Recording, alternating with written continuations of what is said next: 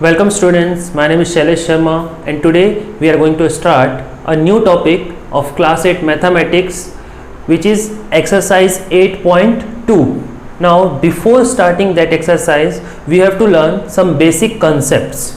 Okay, so the first concept that we have to learn is rules for questions related to percentage. Means आपको percentage से related अगर कोई questions आते हैं तो उसके लिए कुछ रूल्स हैं, वो आपको समझने हैं। सबसे पहली चीज, क्वेश्चन में कहीं पे भी परसेंट लिखा हुआ है that means divide by 100। Percent means divide by 100। Of लिखा हुआ है means multiply.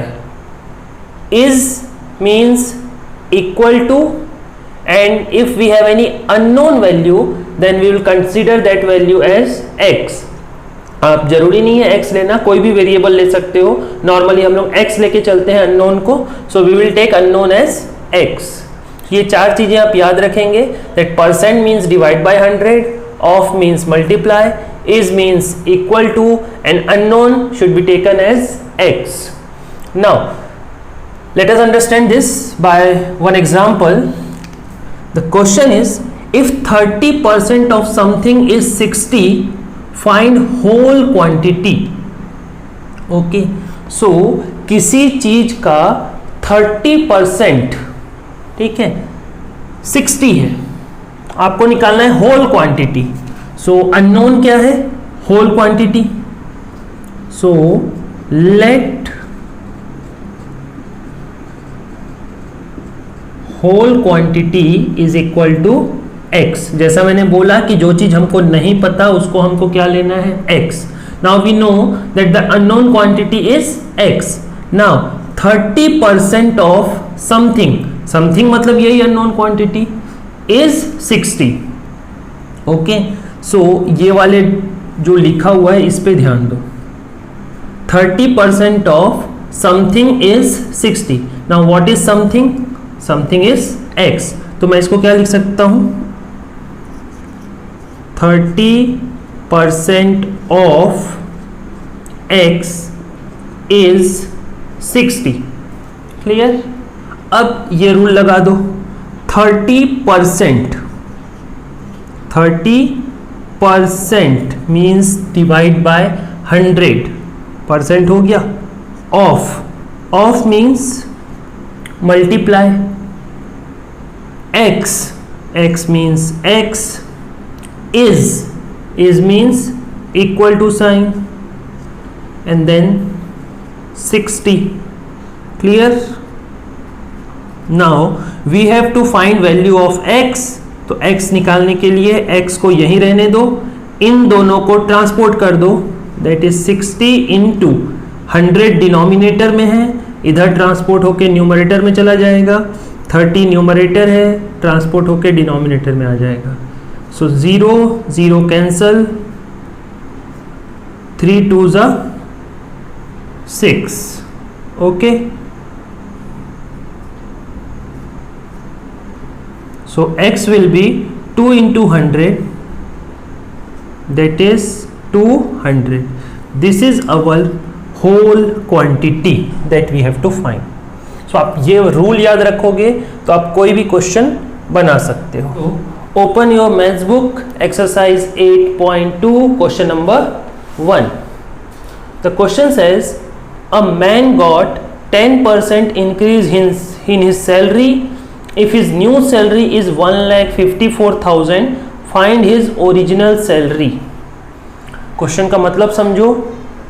A man got 10% increase in his salary, मतलब उस पर्सन का जो भी सैलरी था जो हमको नहीं पता है उसमें उसको 10% का इंक्रीज मिला है, उसका सैलरी 10% इंक्रीज हुआ है।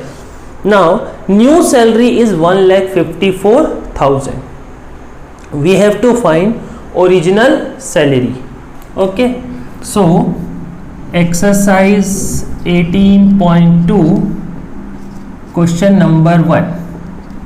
अननोन क्या है? Original salary. क्या बोला था अभी मैंने? जो अननोन है we have to take that unknown as x। So late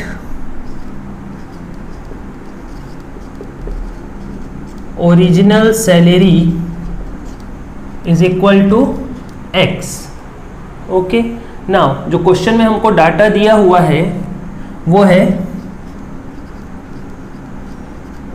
increase in salary. Actually percent increase in salary is 10%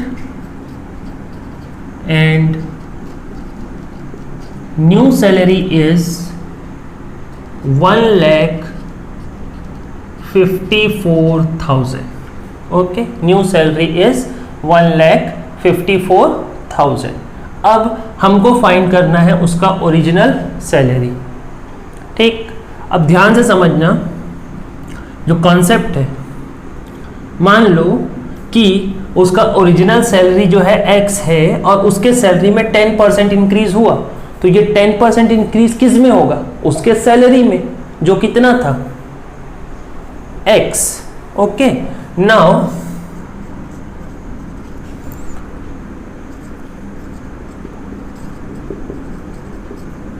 original salary plus increase in salary is equal to new salary. इसको ध्यान से समझो, original salary plus increase in salary is equal to new salary. जैसे आपको आपका pocket money मिलता है, simple आपके एग्जांपल समझते हैं। जैसे आपको आपका पॉकेट मनी मिलता है, ठीक, सपोज आपको आपका पॉकेट मनी मिलता है per month 200 rupees. So what is your original pocket money? 200 rupees. अब आपके पापा ने बोला कि अगले महीने से आपका पॉकेट मनी जो है हम 20 रुपीज़ बढ़ा देंगे, तो आपका नया पॉकेट मनी कितना हो जाएगा? 220। 200 पहले मिलता था, जितना बढ़ाए, जो इंक्रीज हुआ, उसको आपने क्या किया? ओरिजिनल वाले में इंक्रीज को ऐड कर दिया। पहले आपको मिलता था 200 पॉकेट मनी, उसमें आपको 20 रुपीज़ और मिलने लगा, तो आपका नया पॉकेट मनी हो गया 220। क्लियर? वैसे ही पर्सन का ओरिजिनल सैलरी था कितना? x plus increase in salary कितना है? 10%। अब परसेंट जब भी निकालते हैं तो होल क्वांटिटी का निकालते हैं, and whole quantity is x, so 10% of x। What is new salary? 1,54,000. Now we have to solve this. This will be x plus 10% means 10 by 100 of means into x is 1,54,000. So ये 0 और 0 cancel, ये 10 का multiply यहाँ होगा तो 10x और यहाँ पे x, तो 10x और x मिला के 11x by 10 is equal to 154,000. सो यहाँ से x कितना हो जाएगा? 10 जाएगा ऊपर, 11 जाएगा नीचे। 154,000 into 10 by 11. Now we have to cancel. 11 1 जा 11, 4 बचेगा, 11 4 जा 44 एंड देन 30 एंड एक 10 यहाँ पर भी है।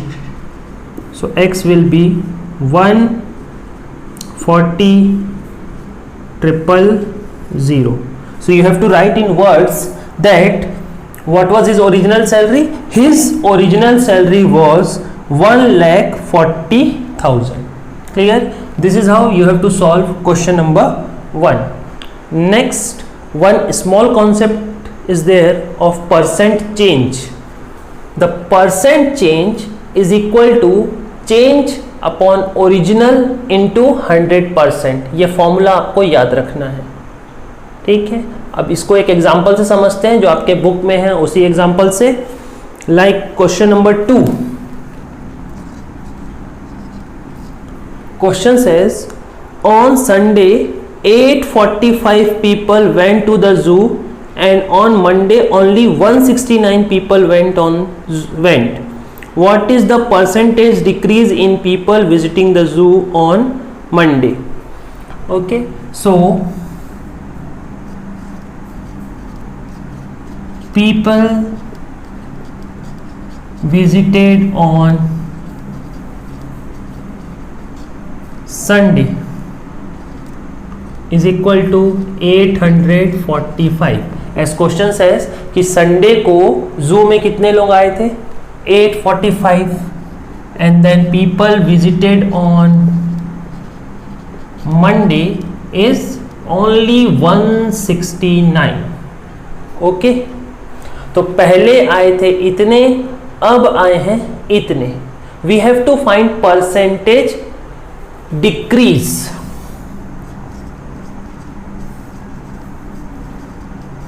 Percentage decrease. अब ध्यान दो, किसी भी चीज में जब चेंज होता है तो वो दो तरीके से हो सकता है, एक इंक्रीज, दूसरा डिक्रीज. लाइक सपोज आज स्कूल में, आपके स्कूल की सपोज क्लास की स्ट्रेंथ है 50.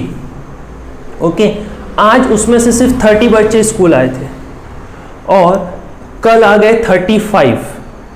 आज 30 आए थे और कल 35 आ गए. मतलब ये क्या हुआ, इंक्रीज. कितना इंक्रीज, 35 माइनस 30, 5 का इंक्रीज हुआ. ज़्यादा से कम को माइनस कर दिया हमने. बट अगर इसी की जगह पे आज 30 आए थे बट कल सिर्फ 20 आते हैं, देन क्या हो रहा है, नंबर ऑफ स्टूडेंट डिक्रीज हो रहे हैं. डिक्रीज कैसे निकालेंगे, 30 माइनस 20, मतलब आज जितने आए माइनस कल जितने आए. ठीक, हमेशा हमको ज़्यादा में से कम को माइनस करना है. ये चीज़ क्लियर रखेंगे आप. सो अगर इंक्रीज हो रहा है तो हम इंक्रीज निकालेंगे, डिक्रीज हो रहा है तो डिक्रीज. तो जो ये हमारा फॉर्मूला है परसेंटेज चेंज, अगर हम परसेंट इंक्रीज निकाल रहे हैं तो यहाँ इंक्रीज लिखेंगे, परसेंट डिक्रीज निकाल रहे हैं तो यहाँ डिक्रीज लिखेंगे.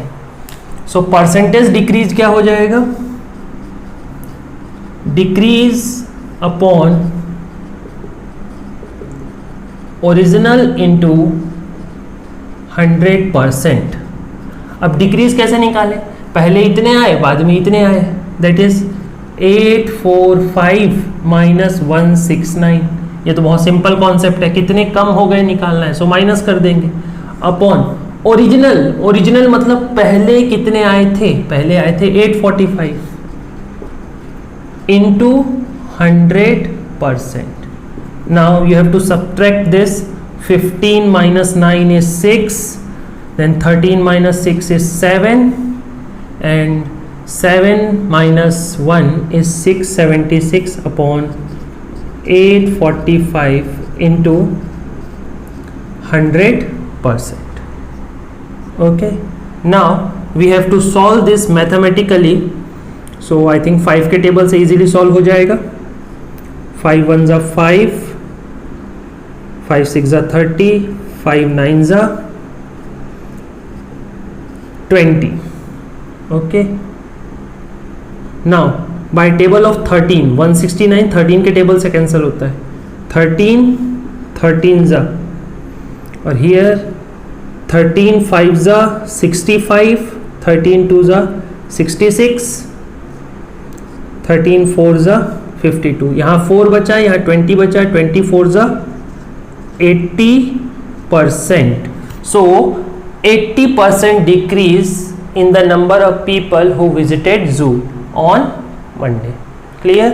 ये हो गया आपका आंसर. कैंसिल करने में थोड़ा टाइम लग सकता है, एक बार आप अपने साइड से दोबारा एक बार कैंसिल करके देख लेना इसको. Okay, so this is question number 2. Next, the most important topic of this exercise is profit and loss. ये ऐसे वर्ड्स हैं जो रोज आप सुनते होंगे. प्रॉफिट हो गया मुझे लॉस हो गया, मुझे इतने का प्रॉफिट हुआ, मुझे इतने का लॉस हुआ. सो होता क्या है ये प्रॉफिट एंड लॉस. तो प्रॉफिट या लॉस पढ़ने से पहले कुछ बेसिक टर्म्स पढ़ने ज़रूरी हैं. कोई भी चीज़, प्रॉफिट और लॉस किस चीज़ से रिलेटेड है, किसी भी चीज़ को खरीदने या बेचने से. Means it is related to either buy or sell. Okay, किसी भी चीज़ को या तो हम खरीद रहे होंगे या बेच रहे होंगे, दो में से कोई एक एक्टिविटी हो रहा होगा, तभी हम बात करेंगे प्रॉफिट और लॉस के बारे में. Okay, so the first thing is cost price, which is written in short as CP. It is the price in which we buy something, जिसमें कोई भी चीज खरीदी जाती है, that is called cost price. Okay, next selling price, SP means जिस price में कोई भी चीज सेल की जा रही है, बेच रहे हैं, that is called selling price.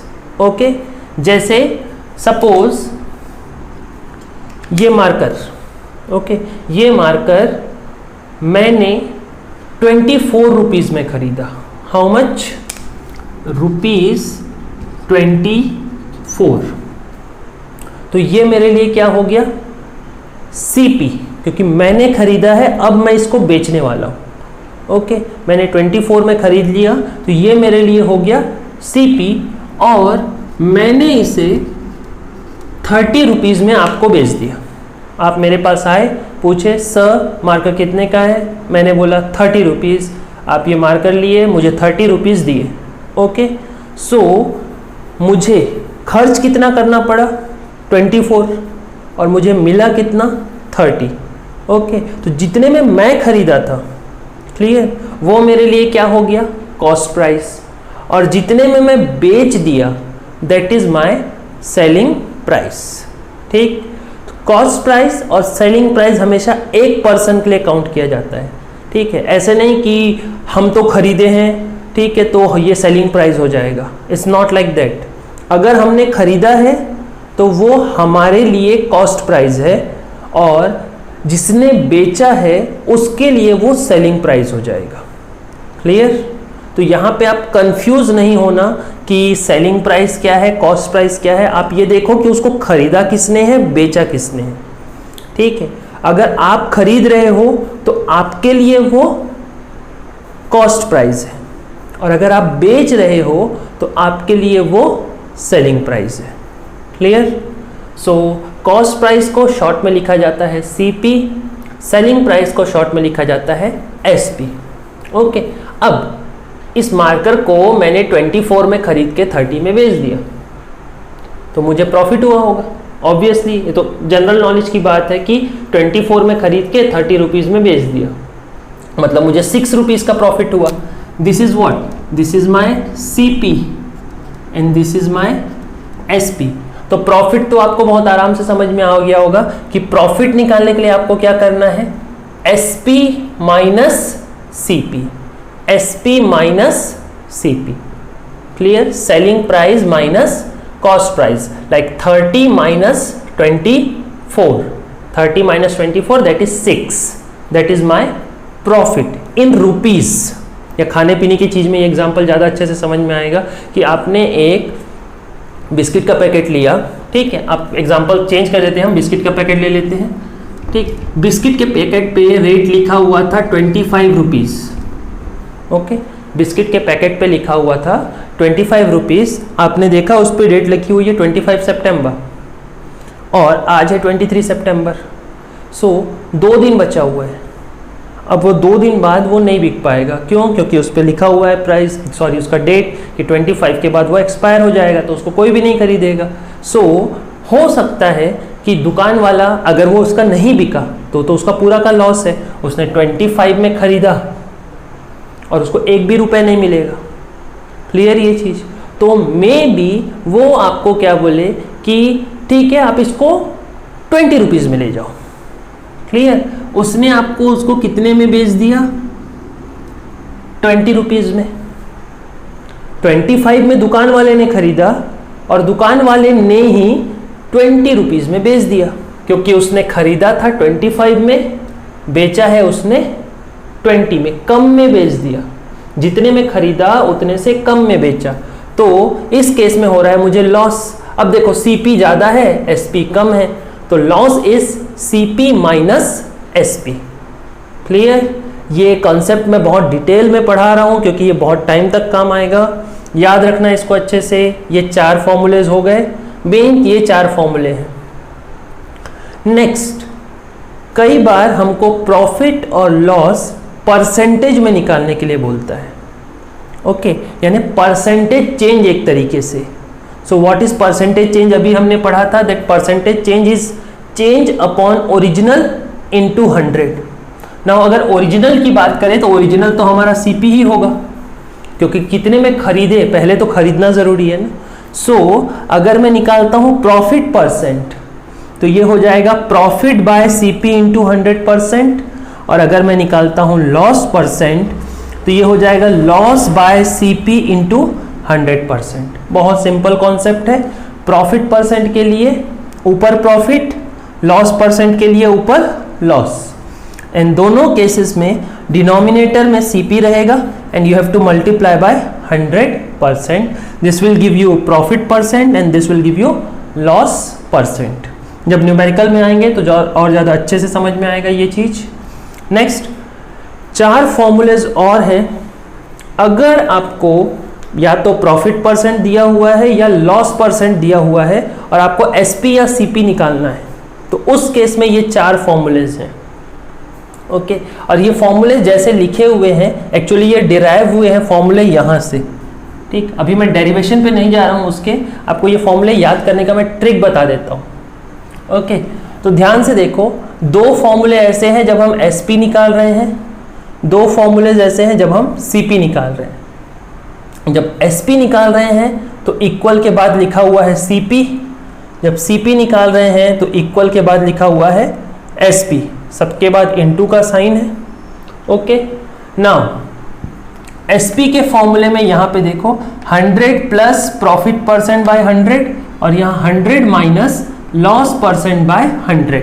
मतलब जब आप एसपी निकालोगे तो जो प्रॉफिट या लॉस वाला टर्म है वो ऊपर रहेगा, यानी कि न्यूमरेटर में प्रॉफिट प्लस होगा, लॉस माइनस होगा।